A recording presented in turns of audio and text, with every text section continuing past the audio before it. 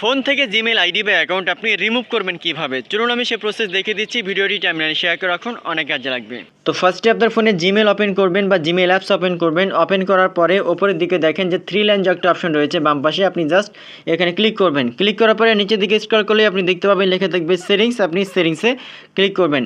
সেটিংসে ক্লিক করার পরে দেখেন উপরের দিকে এখান থেকে একটা 3 ডট একটা অপশন রয়েছে, আপনি ডান কর্নারে আপনি এখানে ক্লিক করবেন। তারপরে ম্যানেজ অ্যাকাউন্ট লেখা থাকবে, আপনি ম্যানেজ অ্যাকাউন্টে আপনি ক্লিক করবেন। ম্যানেজ অ্যাকাউন্টে ক্লিক করার পরে আপনার এখান থেকে যতগুলো জিমেল অ্যাকাউন্ট অ্যাড করা আছে আপনার ফোনে, এগুলো সব কিছু আপনি দেখতে পারবেন।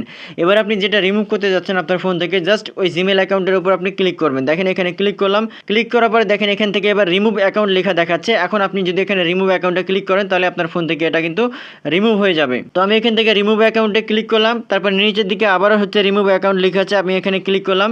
ক্লিক করার সাথে সাথে দেখেন এখান থেকে রিমুভ হয়ে গেছে। সেভাবে খুব সহজে কিন্তু আপনি আপনার ফোন থেকে জিমেল অ্যাকাউন্টটা রিমুভ করতে পারবেন। আবার যদি পরবর্তী সময় অ্যাড করার প্রয়োজন হয় আবার কিন্তু আপনি অ্যাড করে নিতে পারবেন। সো ভিডিওটি অনেক ইম্পর্টেন্ট, আপনার টাইমলাইনে শেয়ার করে রাখুন, অনেক কাজে লাগবে। ধন্যবাদ।